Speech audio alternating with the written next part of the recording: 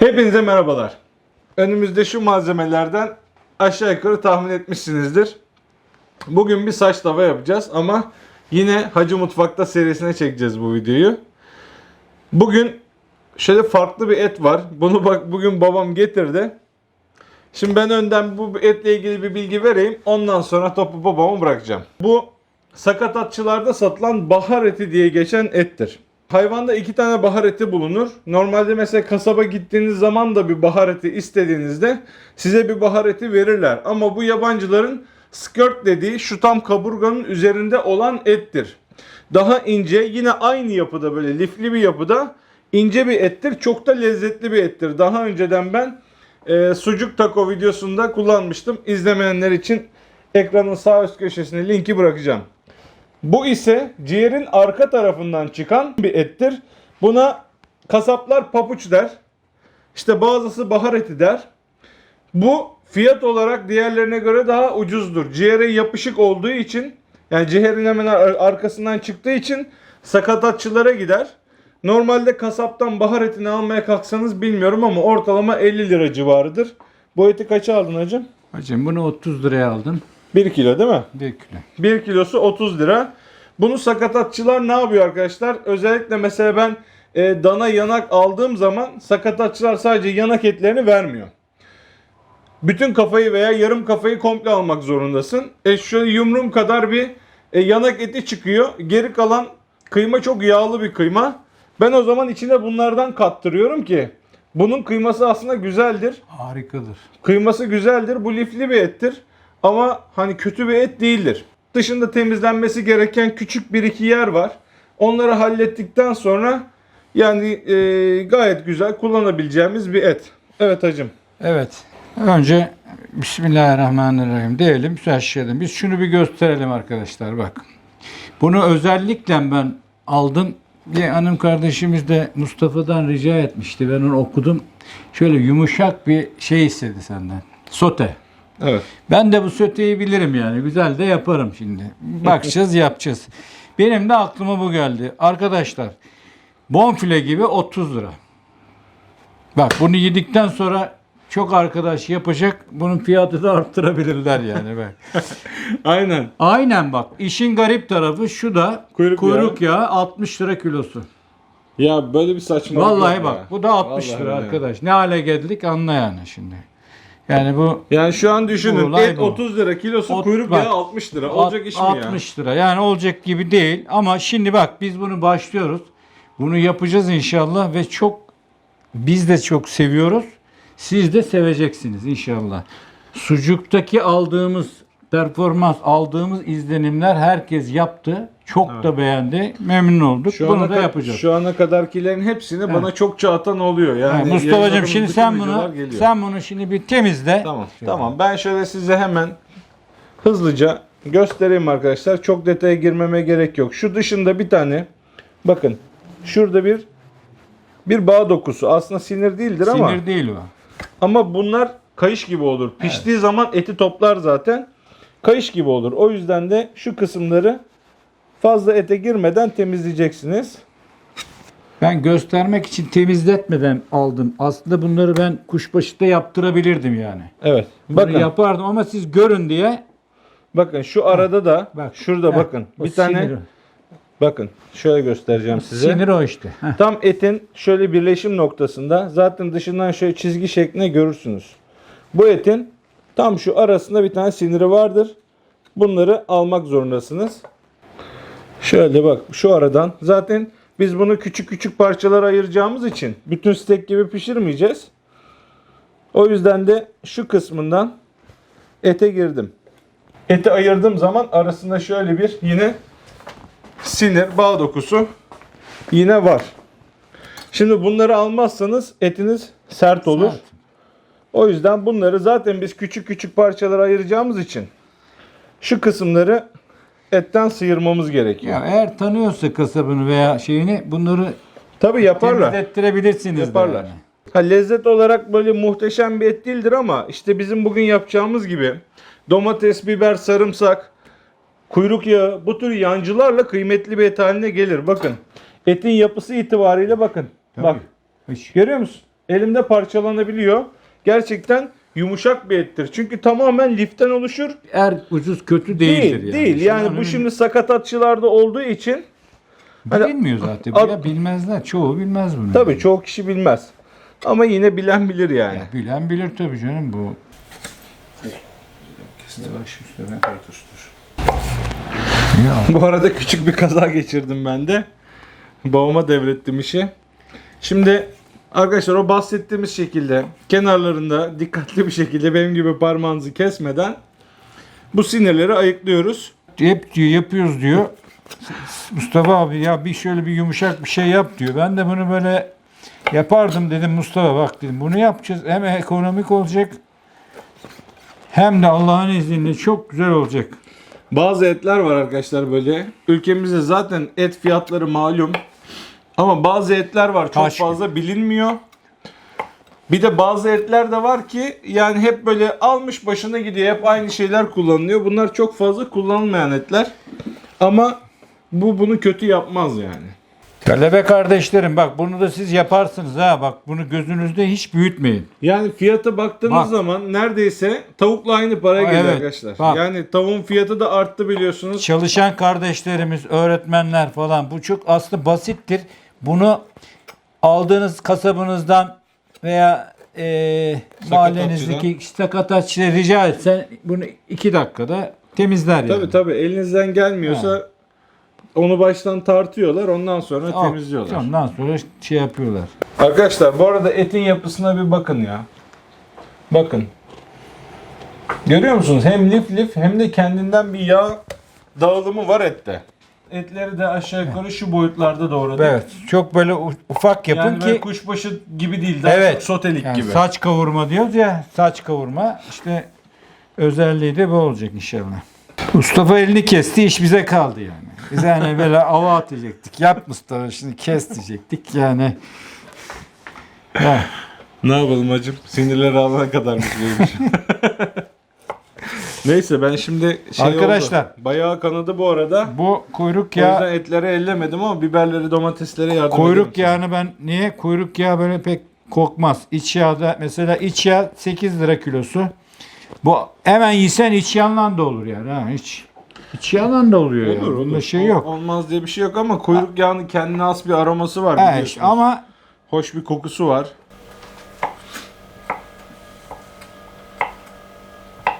Yani iç yağda yaptığınız zaman çok çabuk donuyor. He. Sıkıntısı bu. Sıkıntı Kuyruk o. yağı öyle o kadar çabuk donmadığı için daha lezzetli bir yağ şimdi. batık Ama- demiş. Yani 60 lira nedir arkadaş ya? Vallahi Vallahi var billahi ya çünkü gerçekten Tereyağı değil mi 60 lira? aynen öyle ya. Ya Tereyağı fiyatı. bu resmen bir saçmalık ya. Ben bunu hiç yağla yapacaktım açıkçası bak. Aldım da ama ulan dedim hadi şimdi yoksa yazıktır ya bu Ne kadar aldın kuyruk yağı? Kaç gram? 175 gram aldım. 175 gram. 10 lira para verdim. Şey, neredeyse et kadar Neredeyse şey ya. ete verdik 30 lira 1 kilo.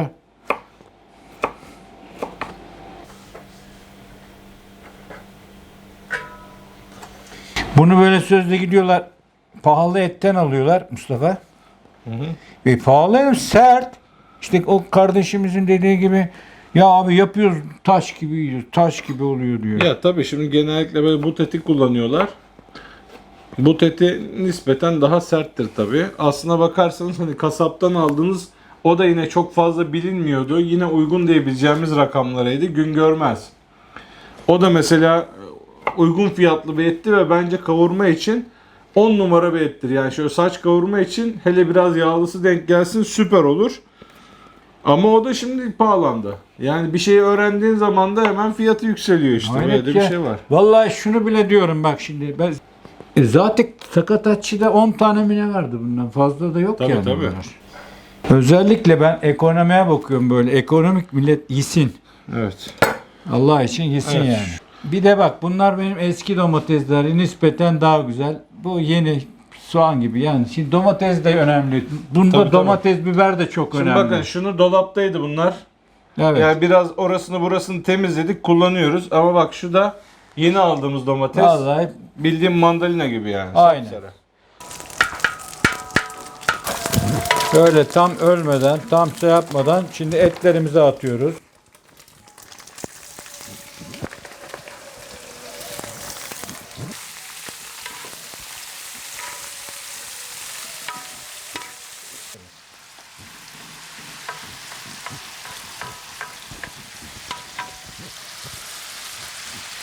kıkırdakları içinde bıraktık.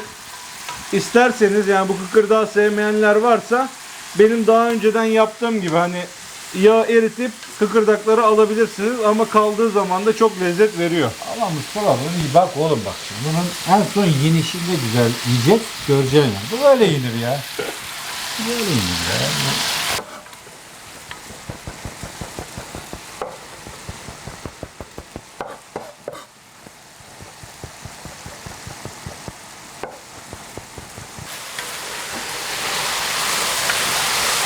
Baba yeter mi bu biberler? Yeter Mustafa yeter. Tamam. Yeter. Domatesleri yapalım.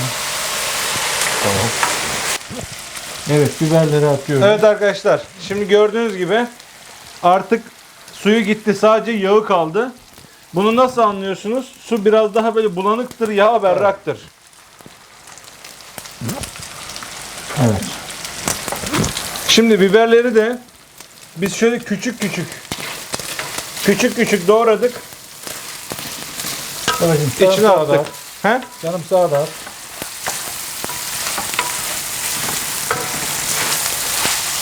Üç diş sarımsağı da yine şöyle küçük doğradık. Onu da içine atıyorum.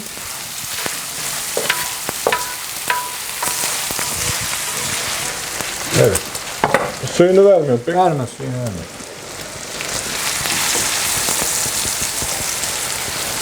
Evet arkadaşlar, domatesleri de şöyle küp doğradık. Mümkün olduğu kadar şöyle elimle biraz süzdürüyorum suyunu.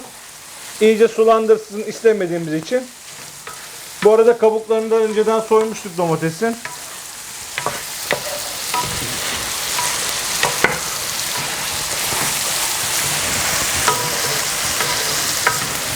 Tuzu atıyoruz. Bakın arkadaşlar ben tuzu biraz fazla sevdiğim için atıyorum. Siz herkes kendi kararına göre tuzu atsın. Biraz kimyon atıyorum.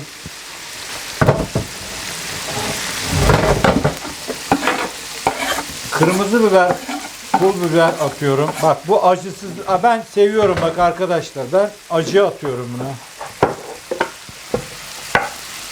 Biraz kırmızı biber atıyorum. Kırmızı toz biber bu Toz arada. biber. Bu tatlı. Bu da renklendirme. Az bir şey de kekik atıyorum. Yani. Ustacığım bu iş bu kadar. Karabiber. Atmadık şimdi karabiber. Karabiber atmadık. Yeter. Evet. Ustacığım. Tamam baba, istersen kapat altını. Hayır birazcık daha. Şöyle bir kendine gelsin. O zaman lavaşları koy da ısınsın biraz. Şimdi bakın bu lavaş. Bunun olmazsa olmazlarından biri bence yani bu. Evet. Bence bu.